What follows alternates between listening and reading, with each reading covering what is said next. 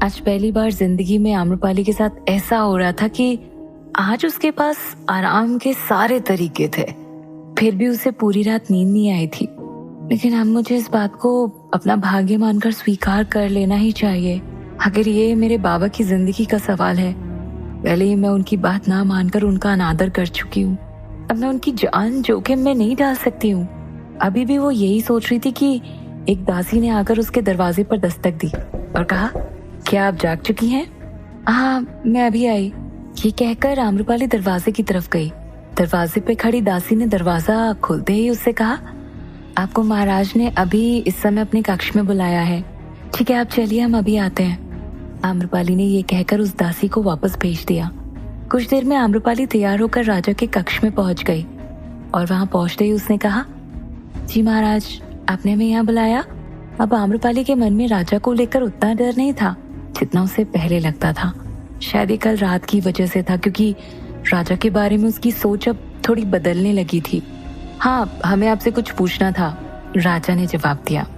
तो आम्रपाली ने कहा, कहिए, क्या पूछना चाहते हैं आप? राजा ने दासी को वहां से जाने का इशारा किया और दासी के वहां जाने के बाद राजा ने आम्रपाली से कहा, क्या आपने यहाँ किसी नकाबपोश को देखा है? ये सुनकर आम्रपाली 1 मिनट के लिए सोच में पड़ गई। उसे अंदाजा नहीं था कि राजा को भी उसके बारे में पता है, इसलिए कुछ देर सोचने के बाद उसने कहा, हाँ, मैंने कई बार एक नकाबपोश को देखा है, परंतु अभी तक ये नहीं पता चला कि वो है कौन। और जहाँ जहाँ मैं जाती हूँ वो वहाँ वहाँ दिखाई देता है, पता नहीं कौन है वो। उसके बाद राजा ने बताया, कल रात भी उसे सैनिकों ने यही राज दरबार में देखा था, लेकिन वो उन्हें फिर से चकमा देकर भाग गया। राजा की ये बात सुनकर आम्रपाली ने कहा, हाँ, मैंने भी कई बार कोशिश की ये जानने की कि आखिर वो है कौन। आप चिंता मत कीजिए, आज नहीं तो कल उसका सच सामने आ ही जाएगा। राजा को उसका ये आत्मविश्वास बहुत पसंद आया और उसके बाद राजा ने वहां एक दासी को अपने कक्ष में बुलाया और उसकी तरफ इशारा करते हुए आम्रपाली को बताया, वो तो है, पर अब आपके साथ ये दासी सरना रहेंगी, जो आपकी व्यक्तिगत जरूरतों को पूरा करने के साथ साथ आपकी सुरक्षा की जिम्मेदारी भी इनकी ही रहेगी, क्योंकि ये कई विधाओं में निपुण है, जो समय आने पर आपकी हर चीज से रक्षा करेंगी। इसलिए आप आज के बाद इस राजमहल से कहीं भी जाएं तो इसे हर समय अपने साथ लेकर जाएं। पहले तो ये देखकर आम्रपाली के चेहरे के भाव बदल गए कि ये क्या हो रहा है, पर उसके दिल में ख्याल आया कि शायद उस नकाबपोश को ढूंढने में उसे इससे मदद मिल सकती है। इसलिए उसने उस दासी की तरफ देखकर कहा, जैसा आपको उचित लगे, पर आप चिंता मत कीजिए, मैं उस नकाबपोश को पकड़ने में आपकी मदद करूंगी। ये सुनकर राजा ने कहा, ठीक है, अब आप अपने कक्ष में जाकर विश्राम कीजिए। ये सुनकर आम्रपाली उस दासी के साथ अपने कक्ष में गई और फिर वहां जाकर सोचने लगी, कहीं कल रात उस नकाबपोश के भेष में हर्षदेव तो नहीं उससे मिलने आया था, क्योंकि उसने उस दिन श्री मालू के यहाँ से उसे जाने को कह दिया था, तो शायद उसे बुरा लगा होगा।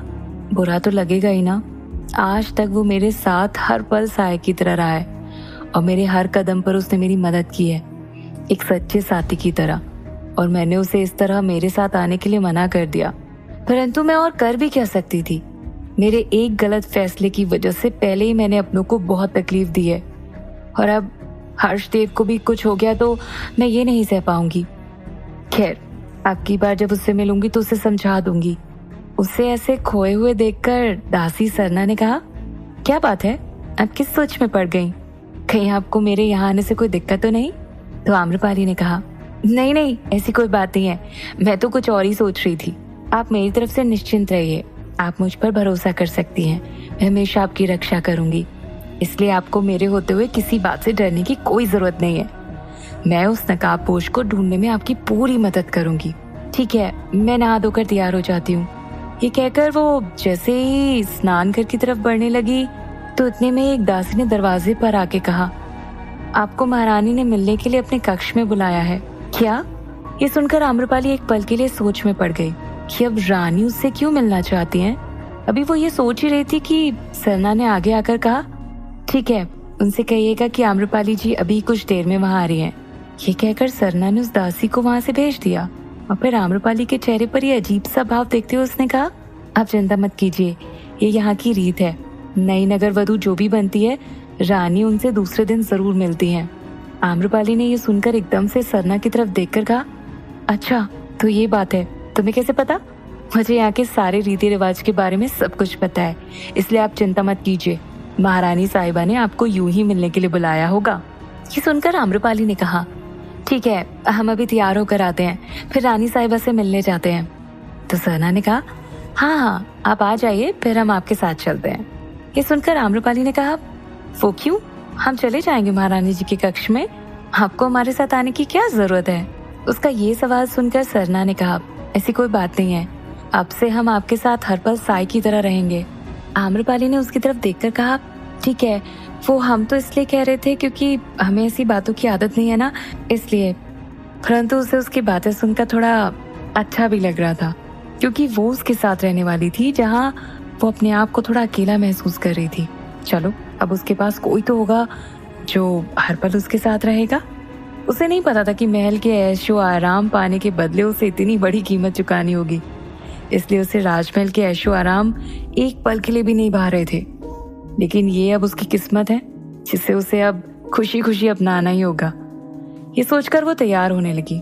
कुछ देर के बाद तैयार होकर वो महारानी के कक्ष के बाहर पहुंच गई, और जैसे ही महारानी के कक्ष में मौजूद उनकी एक दासी की नजर आम्रपाली पर पड़ी, तो उसने उसे वहां आते देखकर महारानी से कहा, महारानी साहिबा, नई नगरवधु यहाँ आ चुकी हैं।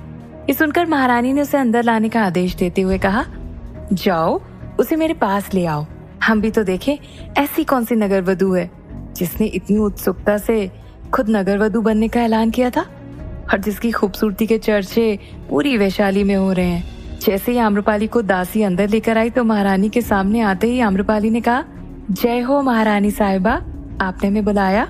उसे देखते ही महारानी भी उसके खूबसूरत चेहरे को देखकर एक मिनट के लिए तो सोच में पड़ गई, और मनी मन कहने लगी, इतनी खूबसूरत नगरवधु तो आज से पहले इस वैशाली में कभी नहीं बनी। अब तो शायद इस राज्य की सारी समस्याएं खत्म हो जाएंगी। फिर उसने आम्रपाली से कहा, हाँ, हम आपसे मिलना चाहते थे और देखना चाहते थे कि आखिर ऐसी कौन सी स्त्री है जिसकी खूबसूरती के चर्चे पूरे नगर में प्रचलित है। ये सुनते ही आम्रपाली के चेहरे का रंग थोड़ा फीका पड़ गया, क्योंकि इसी खूबसूरती ने तो उसे आज यहाँ लाकर खड़ा कर दिया था। फिर भी उसने रानी का अभिवादन बड़े ही प्यार से किया, परंतु रानी के बात करने के अंदाज से ऐसा लग रहा था मानो उन्हें आम्रपाली अच्छी ना लगी हो, या फिर एक नगरवधु को लेकर एक औरत के मन में जो भाव आ सकते हैं, हो सकता है ऐसा उस वजह से हो क्योंकि आखिर एक तवायफ के लिए साधारण औरत तो ऐसी ही सोच सकती है ना। इसलिए रानी की आंखों में उसके लिए नफरत साफ साफ नजर आ रही थी, और उन्होंने उससे पूछा, हमने सुना है कि तुमने खुद पूरी सभा के सामने खुद को नगरवधु बनने का ऐलान किया था, क्या हम पूछ सकते हैं तुमने ऐसा क्यों किया? ये सुनकर आम्रपाली को एक बार फिर से वो पल याद आ गया जब उसने ऐसा ऐलान किया था, और बस एक उसी पल ने उसकी जिंदगी में इतना बड़ा तूफान ला दिया था। इसलिए वो कुछ देर के लिए सोच में पड़ गई, और उसे ऐसा खोया हुआ देखकर रानी ने फिर से कहा, क्यों, क्या हुआ? हम जानना चाहते हैं, जो लड़की आज तक कभी राज दरबार में नहीं आई, जो इतनी खूबसूरत है और इतना अच्छा नृत्य करती है, तो उसने नगरवधु बनने का इतना बड़ा फैसला क्यों लिया? पर पुरुषों के हाथों की कठपुतली बनने में ऐसा क्या आनंद है? या फिर राजमहल के ठाट बाट ने तुम्हारे मन को मोहित कर दिया था? ये सुनकर आम्रपाली की आंखें नम हो गई। ऐसा लग रहा था मानो वो अभी रो पड़ेगी, परंतु इन कुछ दिनों में उसने जो कुछ भी देखा था, उन हालातों ने उसे और भी ज्यादा बहादुर बना दिया था। इसलिए उसने पूरी बहादुरी के साथ कहा, महारानी साहिबा, जब हमने ये ऐलान किया था तो हम नगरवधु की सच्चाई से बिल्कुल अनजान थे। ये सुनकर महारानी के होश उड़ गए, और उन्होंने हैरानी से कहा, क्योंकि इस वैशाली में बच्चा बच्चा भी नगरवधु के बारे में सब कुछ जानता है, और तुम कह रही हो कि तुम्हें इसके बारे में कुछ नहीं पता था? जी महारानी, आज तक हमें इसी खूबसूरती की वजह से हमारे घर में कैद करके हमारे बाबा ने रखा था, ताकि किसी की नजर हम पर ना पड़े, क्योंकि वो जानते थे कि जिस दिन वैशाली के पुरुषों की नजर हम पर पड़ेगी, हमें नगरवधु बनने से कोई नहीं रोक पाएगा। इसलिए उन्होंने हमें कभी राजमहल में कदम ही नहीं रखने दिया, यहाँ तक कि घर में भी हमें ज्यादा बाहर निकलने की अनुमति नहीं थी। परंतु हमारी एक नादानी की वजह से हमारी जिंदगी में सब कुछ बदल गया। एक पल में हमारी गुरु माँ हमें हमेशा के लिए छोड़कर चली गई, और जब हमें नगरवधु की सच्चाई का पता चला तो हम इन सबसे बचने के लिए यहाँ से भाग गए थे।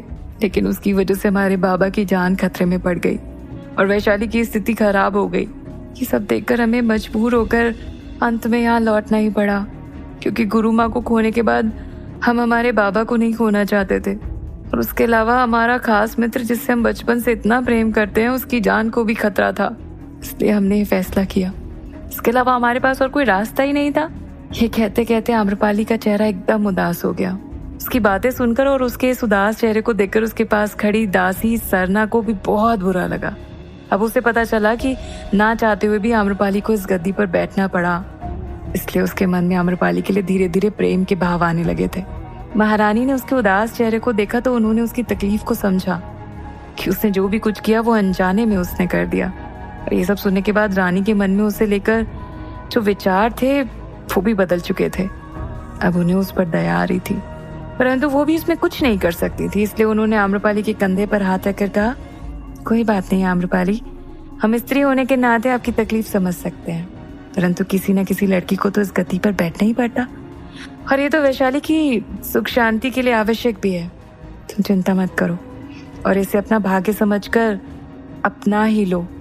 इसके अलावा तुम्हें इस महल में कोई भी अगर परेशानी हो तो हमें जरूर कहना, हम हर समय आपका ध्यान रखेंगे। अभी वो आम्रपाली से कुछ इस तरह की बात कर ही रही थी कि इतने में उनकी खास दासी कामोली ने वहां आकर कहा, महारानी साहिबा, आपने जिसे बुलाया था वो राजमहल में आ चुके हैं। अगर आपकी आज्ञा हो तो हम उन्हें आपके कक्ष में ले आए। ये सुनते ही महारानी को बहुत गुस्सा आया और उन्होंने उसे गुस्से में एक तरफ ले जाकर जोर से डांटते हुए कहा, हमने तुमसे कहा था ना कि उसके बारे में किसी को पता नहीं चलना चाहिए, और कितनी बार कहा है कि अगर हम हमारे कक्ष में किसी से बात कर रहे हो तो इस तरह बीच में ना आया करें। और ये बात तो मैंने खासकर मना की थी कि इस बारे में किसी को नहीं पता चलना चाहिए, फिर भी आपने हमारी बात नहीं मानी। आप तो वैशाली और इस राजघराने की हालत से अच्छी तरह से वाकिफ हैं। आपको हमारे साथ रहते हुए इतने वर्ष हो चुके हैं। चाहिए आज के बाद आप हमें अपना चेहरा कभी मत दिखाइएगा। थोड़ी दूर खड़ी आम्रपाली और सरना ये सब देख भी रही थी और सुन भी रही थी, और ये सब देखने के बाद वो दोनों बहुत हैरान हो गई कि ऐसी क्या बात हो गई जो रानी अभी कुछ देर पहले इतने प्यार से बात कर रही थी, उन्हें अचानक इतना गुस्सा आ गया जो उन्होंने उस दासी से इस तरह से बात की। परंतु यहाँ वो कोई सवाल नहीं पूछ सकती थी। सरना तो इस राजमहल के बारे में काफी कुछ जानती थी, इसलिए वो सोचने लगी कि ऐसा क्या है जो रानी साहिबा किसी को उसके बारे में बताना ही नहीं चाहती। कौन आया है जिसके आने के बारे में महारानी साहिबा किसी को नहीं बताना चाहती। आम्रपाली को भी पता था कि सरना इस राजमहल के बारे में काफी कुछ जानती है, इसलिए उसने धीरे से उससे पूछा, क्या बात है, तुम्हें कुछ पता है या फिर तुम कुछ अंदाजा लगा सकती हो? क्या वजह है जिसकी वजह से रानी साहिबा इतने गुस्से में आ गई? ये सुनकर सरना ने धीरे से जवाब दिया, नहीं, हमें तो कुछ पता नहीं है। हम तो ये जानते हैं कि ये रानी साहिबा की खास दासी है जो काफी सालों से इनके साथ है, जिसका नाम कामोली है।